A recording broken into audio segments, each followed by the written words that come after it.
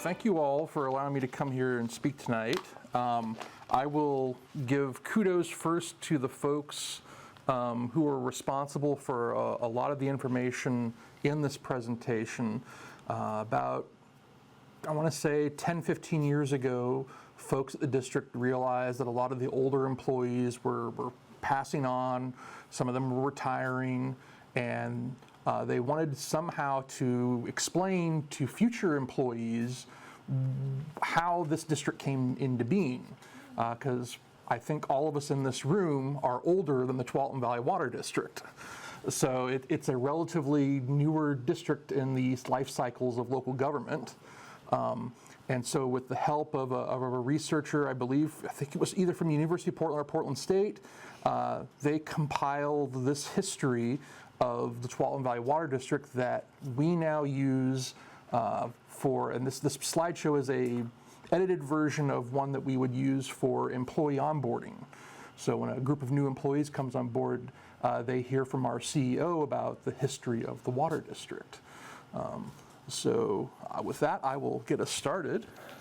And before we can look to the past, we need to look at where we are now. So I'm just going to give a sort of a brief little journey through how the district currently operates and how it is, and then we'll dive deep into the history of what makes the special districts of Washington County and the Tualatin Valley Water District special.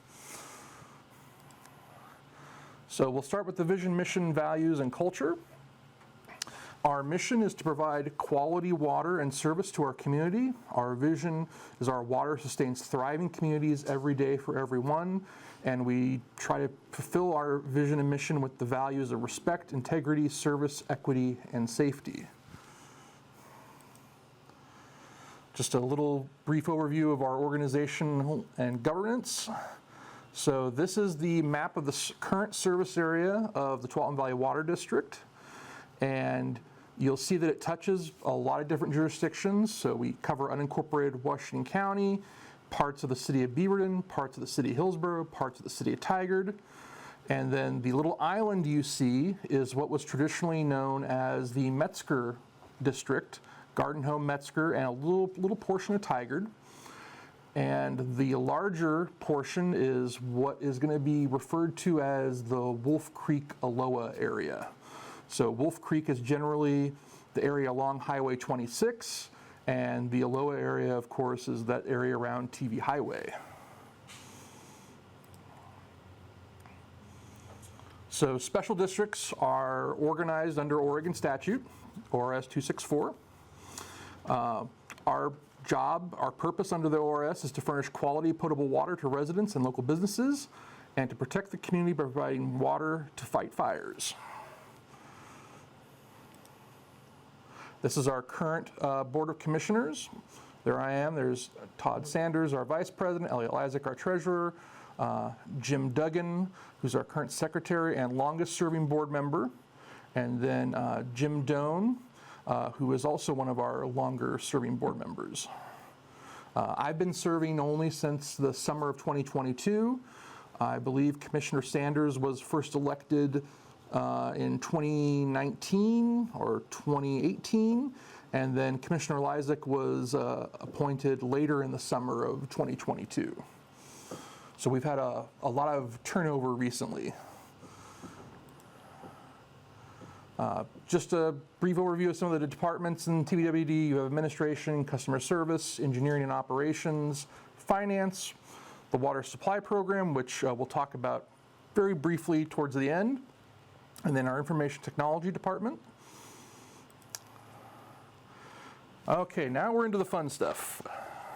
So this is the history of the Tualatin Valley Water District. They like to describe it as seeing the transformation from rural agriculture to suburban residential and industry. I sort of like to think of it as the district built itself forward thinking, looking towards the future. I think a lot of people, especially when you go back to the 1970s and 60s, sort of started to realize what a special place Washington County was and saw the people will come. So a lot of how Tualatin Valley Water District was formed was through the consolidation of various special districts. And they sort of fell like dominoes over time.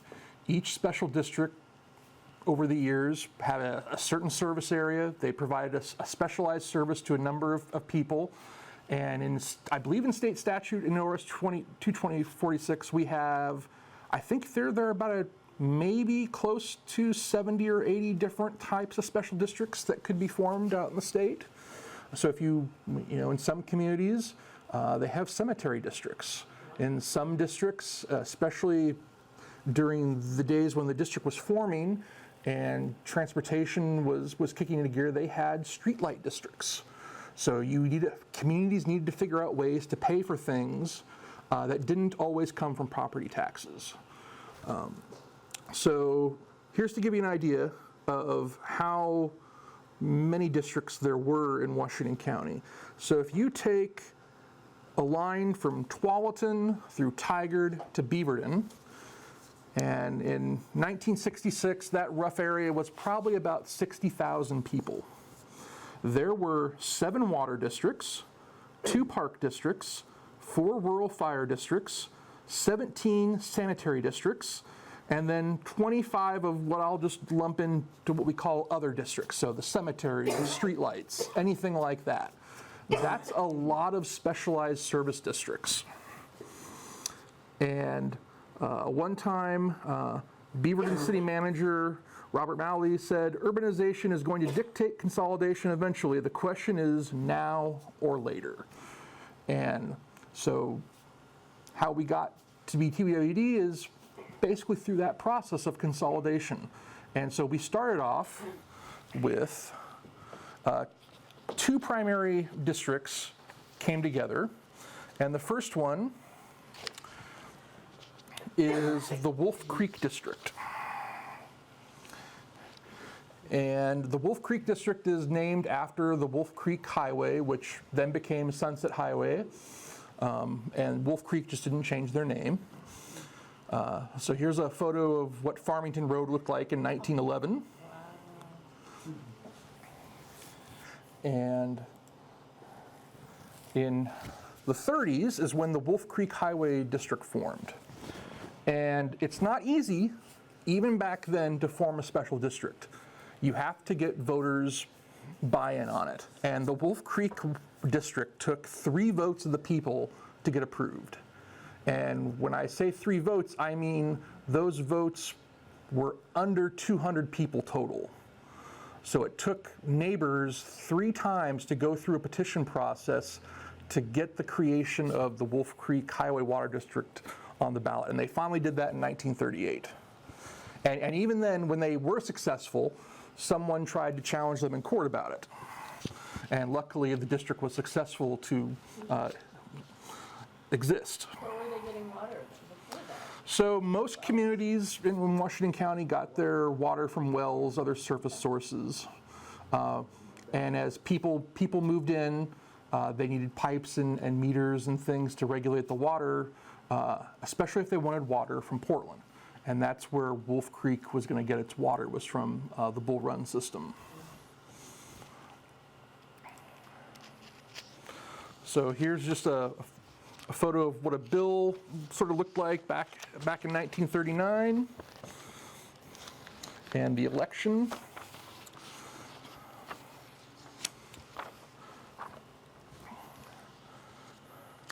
And they started off with 3 commissioners.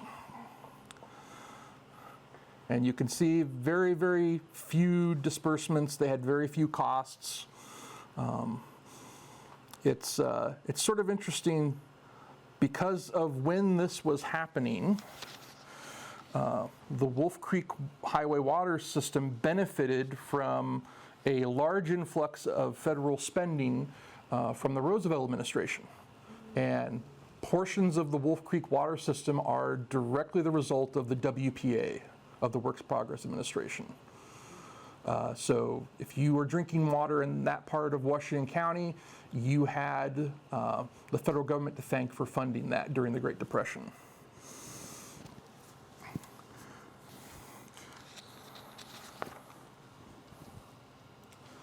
Here's a photo of them digging the line, and they hand dug this, no heavy machinery.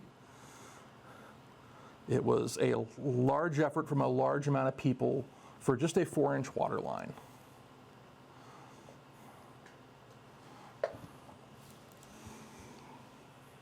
So Washington County, of course, continued to grow throughout the war years, just as Portland was.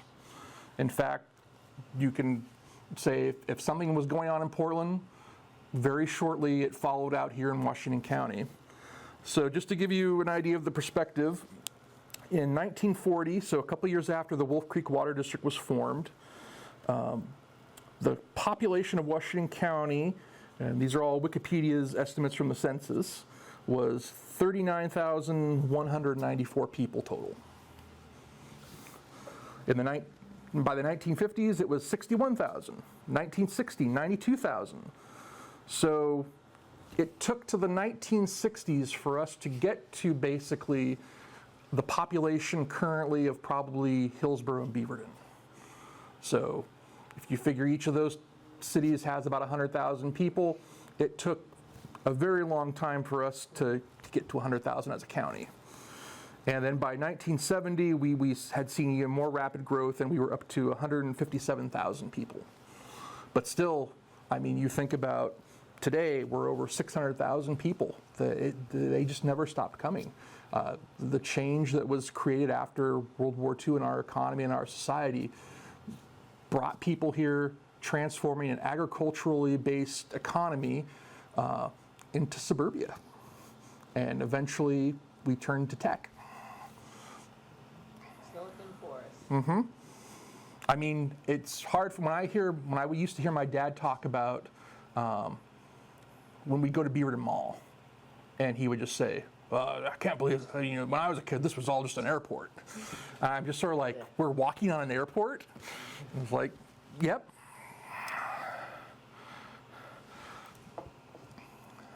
So by the 1960s, folks had developed an interest in what goes into their water, and you know, the health from what we were hearing at the time, that fluoride was being adopted in districts all over the country. And so in Wolf Creek in the 1960s, they took a vote and supported the addition of fluoride in their water. And Tualatin Valley Water District's opinion has been that, you know, when we formed in the 90s by a combination of the two different districts, because Metzger did not have fluoride, we did not add fluoride to their water. We want the folks in the community to tell us if they want it or not. So we've always kept fluoride in the water in Wolf Creek because that's what the voters had told us they wanted at that time.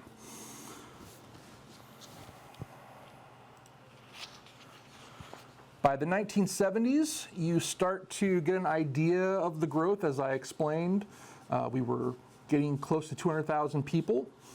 So this is one of the first instances in Washington County that I could find. It's not the first in the state that I'm told. The first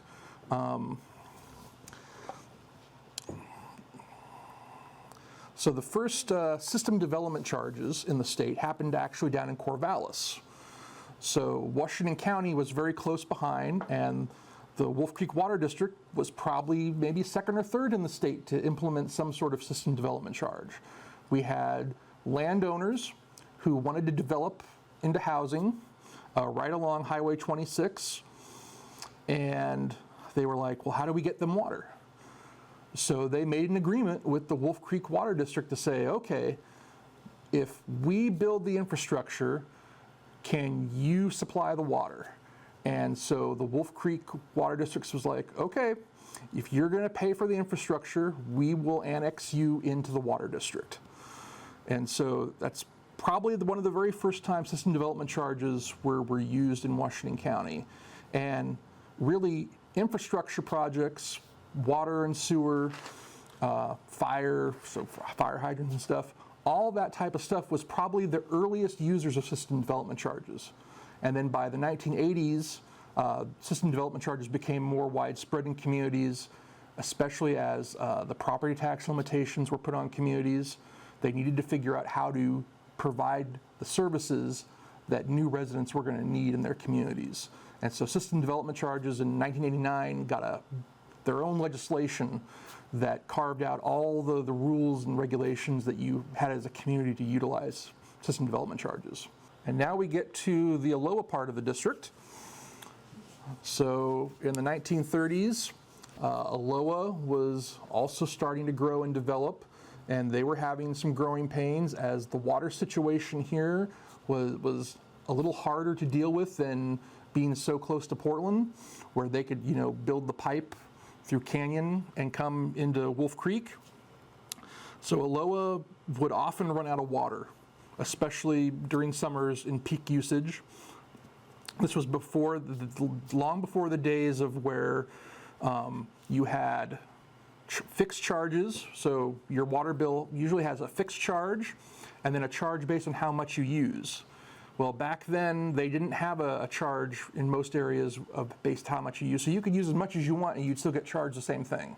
And that's what led to a lot of water shortages when we would have droughts here in the Washington County area in the 50s, 60s, and 70s. So during this time in the 1940s, the residents of ALOA and the Huber water districts decided that they wanted to seek out a way to join with Wolf Creek. And so they organized and got the lone owner of the Valley Water Company. So private water companies nowadays in Oregon are sort of rare, especially in urbanized areas. There's not I go to water conferences and I hear from people back east that have private water companies utilities that they deal with. But here, water is still primarily seen as a public resource, and it's publicly regulated by a public body, whether it's your city, county, or a special district. And so the Wolf Creek Water folks bought out the Valley Water Company and formed their part of their district. And this was including in the communities of ALOA, Huber, Witch Hazel, Reedville, Archer, Tualatin Valley Highway from 229th east to the Beaverton city limits, and then east along Farmington Road from 198th to the Beaverton city limits. They increased water supplies and were able to get it to South Cooper Mountain by the 1970s, so that's when South Cooper Mountain came in. And here we just talked a little bit about the droughts and how, wells back then people thought were very convenient because they had control over them, but they weren't a long-term source of water in a lot of places. And now the thinking is in most communities, you really need multiple water sources.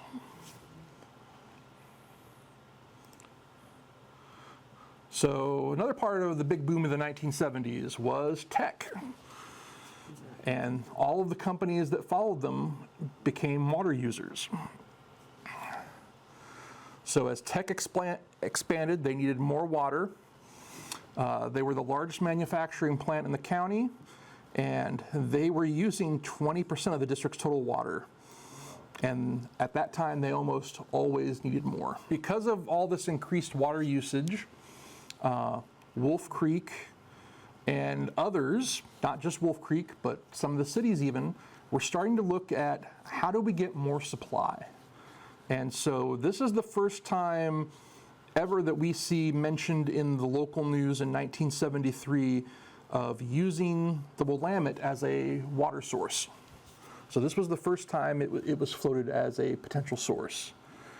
And it's sort of, for those of us who are involved in the water district now, we usually get two reactions. One is, wow, they thought of doing that back in 1973 as an option, when the population, go back to that sheet, it was less than 300,000 people in the county. And then the other reaction that a lot of people usually get is, oh my goodness, we could have saved so much money doing it back then. because I believe the capital cost was estimated at that time from their study of about $60 million. Whereas it's, today, 1.7 billion dollars, thanks to the pandemic and labor supply shortages. Every time it gets talked about, there were some communities that were all really serious about going forward, and there were just other communities at that time that were just like, no, I don't think the Willamette is going to be a good source. And you remember, these are the same folks who they grew up watching Tom McCall's Pollution in Paradise, which talked about the Willamette, not the area where we would be pulling our water from, but the parts of the Willamette that fish were dying. Pollution had just run rampant in that river for so long, and we hadn't gotten to the point where we were legislating polluter accountability yet, and that would come here in the 1970s. So that was just starting then. But Wolf Creek at least thought ahead to go, well, let's claim some water rights on the Willamette just in case. So at that time, they filed for rights to draw up to 150 million gallons of water per day from the Willamette.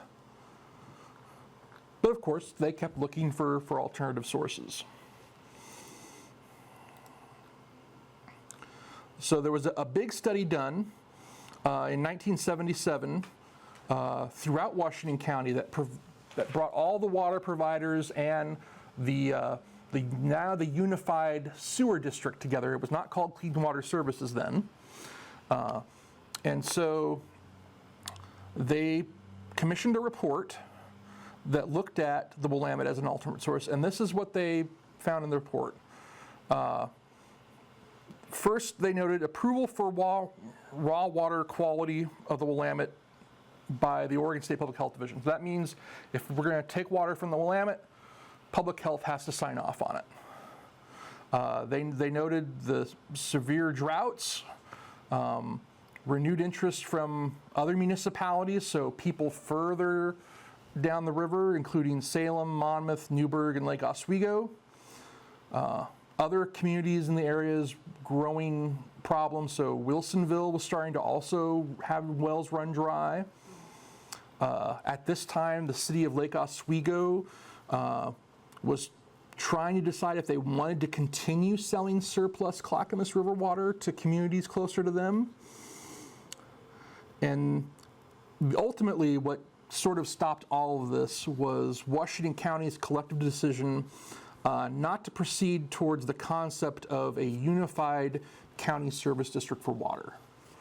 So once all the other districts realized they were going to have to go in it alone, costs became very, very big instead of all combining together.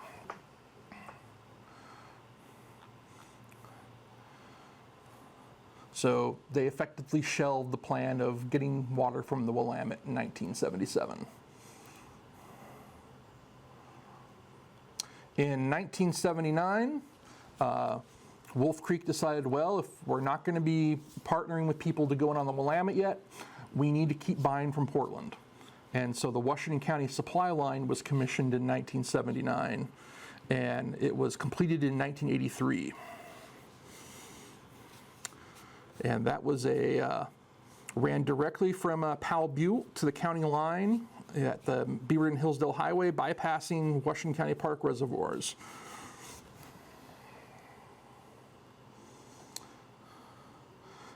With the new supply line, they assured that 60 million gallons per day could flow to Washington County. The only sort of, procedural or political ramification of this was Portland was now asking for longer-term contracts from their water customers. So Wolf Creek had to enter into a longer-term contract to get this new water line. And now we come to the part of the district that I live in, Metzger, which the Metzger Water District was formed in 1924.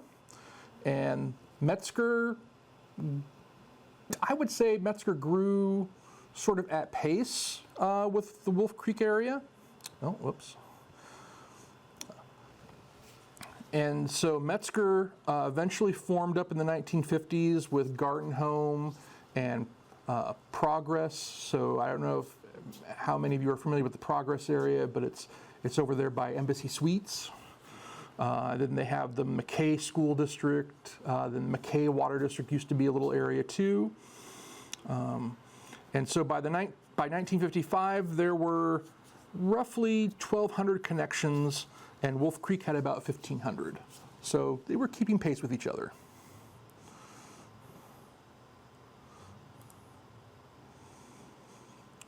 So here we come up to the merger of Wolf Creek and Metzger, which would become the Tualatin Valley Water District. There's a good history of cooperation among water agencies in Washington County for the most part. I mean, I think every agency sort of has its hiccups and stuff, but for the most part, I feel like Washington County local governments get along pretty well. They partnered with Metzger, and Metzger's sort of attitude was, we know that eventually one day someone bigger was going to come around and annex us. So what Metzger really wanted was self-determination. They wanted to pick who was going to annex them. And so they had the option. Tigard was sort of looking at Metzger, and there were personality conflicts at the time and political problems at the time that Metzger was just sort of like, no, we're gonna go with TVWD. We're gonna go with Wolf Creek and form this new entity. And so Metzger and Wolf Creek and their administrators Jesse Lohman and Gene Seibel had worked to create the Water Authority that in 1989. They proposed a regional approach to water supply and service for Washington County with a greater integration of services that would keep rates lower for their citizens. And there were other things driving this. So by the 90s, the EPA had put in some new standards for drinking water. And so a lot of smaller districts were sort of struggling with, well, how are we going to, pay for these new regulations? And so Wolf Creek and Metzger combined their forces to make the costs go down, basically.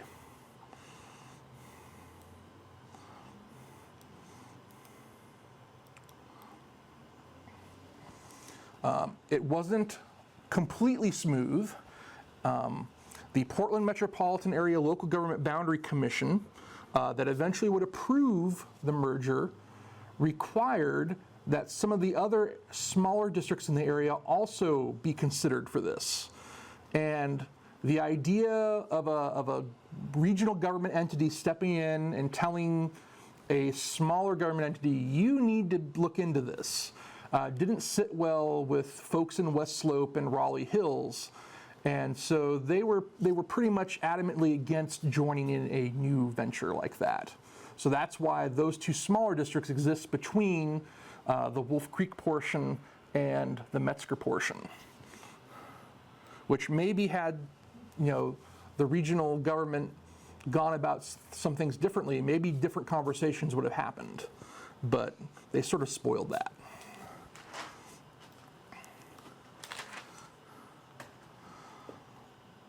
So on January 23rd, 1991, the new district was formed. And so pretty much from the onset of the new district forming, everybody had their sights back again on the Willamette.